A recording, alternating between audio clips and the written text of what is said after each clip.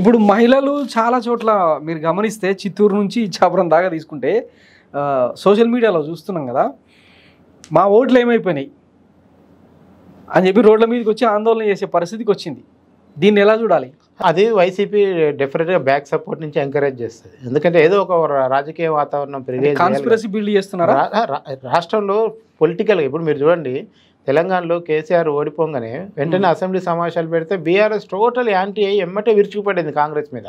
అప్పుడు వాళ్ళకి మైనస్ అయింది. అరే అమ్మ మీరు 9.5 ఏళ్ళు ఉన్నారు, ఏం చేయలేదు, వాడు వచ్చి 9 రోజులు కాలేదు, ఎందుకు ఆయన మీద పడుతున్నారని చాలా మంది సపోర్ట్గా మాట్లాడారు కాంగ్రెస్. ఇక్కడ కూడా ఇప్పుడు వైసీపీ వెంటనే మేము మా ఓటమికి ఈవీఎంలు ఎలక్ట్రానిక్ సిస్టమ్ కారణం అంటే జనంలో సానుభూతి రాదు. పైగా మేము వేసిన ఓట్లు ఎటుపోయినాయి అంటే మీరు అందరు వేయటం వల్లనే మరి 40% వచ్చినాయేమో మీరు వేసిన ఓట్లతోనే. ఓకే, మీకైతే 10% రాలే కదా, మీకు 40% వచ్చినాయి కదా. గతంతో సమానంగా వచ్చినాయి. గతం కంటే ఒక అటు ఇటుగా 1000-10,000 తేడా ఉందేమో, కానీ సేమ్ ఓట్లు వచ్చినాయి కదా. మరి మీరు వేసిన ఓట్లు అట్లనే వచ్చినాయేమో. కాకపోతే ఏంటంటే మనకి రూరల్లో ఈ లెక్క అనేది తేలిపోతుంది.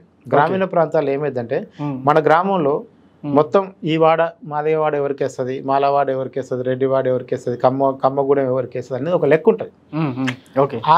మీకు ఫలితాలు వచ్చిన రోజు ఆ ఊర్లో ఎస్సీ ఎస్టీల ఓట్లు కూడా కూటమికే పడి, మా రెడ్డి కమ్మాల ఓట్లు పడి, కాపుల ఓట్లు కూడా ఇటే పడ్డాయి అంటే జగన్కి రావాల్సిన ఓటు బ్యాంకు ఇది పడలేదేమని ఒక డౌట్ క్రియేట్ అవుతుంది ఆటోమేటిక్. ఓకే, మీకు ఆ ఊర్లలో ఎందుకు వస్తుంది మీకు ఇదే మళ్ళీ సిటీలో రారు చూడండి, ఎవడేమని కోటేసిందో తెలియదు. సిటీలో పట్టించుకోరు కూడా, గ్రామాల్లో మాత్రం ఈ లెక్క తెలిపోతుంది. ఇప్పుడు ఇంకా చాలా క్లిష్టమైంది. కానీ అసలు ఒకప్పుడు ఇట్లా పోలింగ్ ఏజెంట్లు పార్టీ నాయకులు కూర్చొని ఈ వార్డులో 900 మెజార్టీ మనకరా అంటే 900 దిగేది.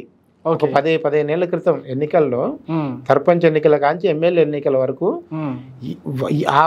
ఆ గ్రూప్ లీడరు, ఆ ఏరియా వార్డ్ లీడర్ కూర్చొని మనకి 300 లీడ్ వస్తుందిరా అంటే 301-2 వచ్చేది తప్ప తేడా రాపోయేది. అంత పకడ్బందీగా ఊర్లో సామాజిక సమీకరణ ఉండేది. ఎవడు ఓటేస్తాడో కూడా తెలిసిపోయేది. ఏమైందో నిన్న కూడా పోలింగ్ అయిపోయినాక టీడీపీని ఉరికించి కొట్టారు చాలా గ్రామాల్లో. టీడీపీకి ఓటేశారని వైసీపీ వాళ్ళు కొట్టారు, మనం వీడియోలు చూసాం. ఓకే, సో అందుకనే ఇది రూరల్లో ఆ విషయాలు బయటకు వస్తే కనుక ఇది ఏదో ఒక రాజకీయంగా ఒక ఎత్తుగడ కింద దీన్ని వాడుకోవచ్చు, కానీ ఇది ఇమ్మీడియట్గా అయితే నిలబడేది కాదు.